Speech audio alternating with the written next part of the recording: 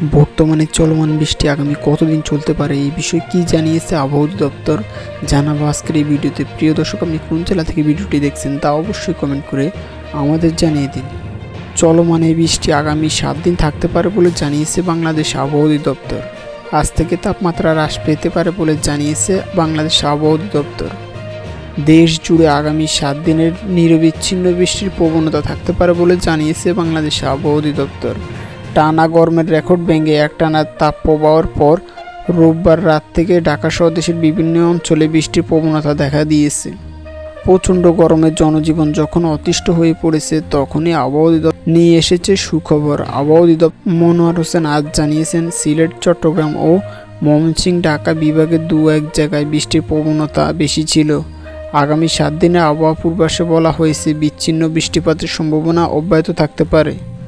এদিকে গতকাল বিকেল 3টা থেকে আজ সন্ধ্যা পর্যন্ত 3 ঘন্টা ফেনীতে সর্বোচ্চ 107 মিলিমিটার বৃষ্টিপাতের রেকর্ড করা হয়েছে বলে জানিয়েছেন মনোয়ার হোসেন।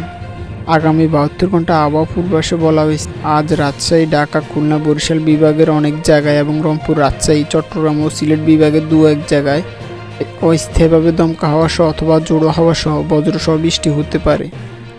সেই সঙ্গে দেশের কোথাও কোথাও বিক্ষিপ্ত আকারে শিলাবৃষ্টি হতে পারে। সারা দেশের দিন এবং রাতের তাপমাত্রা প্রায় হ্রাস পেতে পারে বলে জানিয়েছে এই আবহাওয়াবিদ। অপরদিকে রাতের তাপমাত্রা প্রায় অপরিবর্তিত থাকতে পারে বলে জানিয়েছেন এই আবহাওয়াবিদ।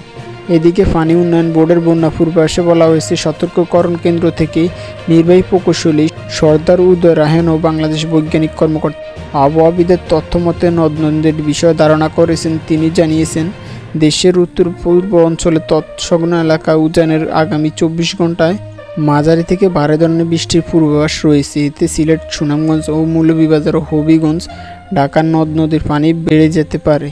নেত্রকোনা ও কিশোরগঞ্জ জেলার প্রধান নদ নদীর পানিগুলো স্থিতিশীল বাড়তে পারে বলে জানিয়েছেন এই আবহাওয়াবিদ।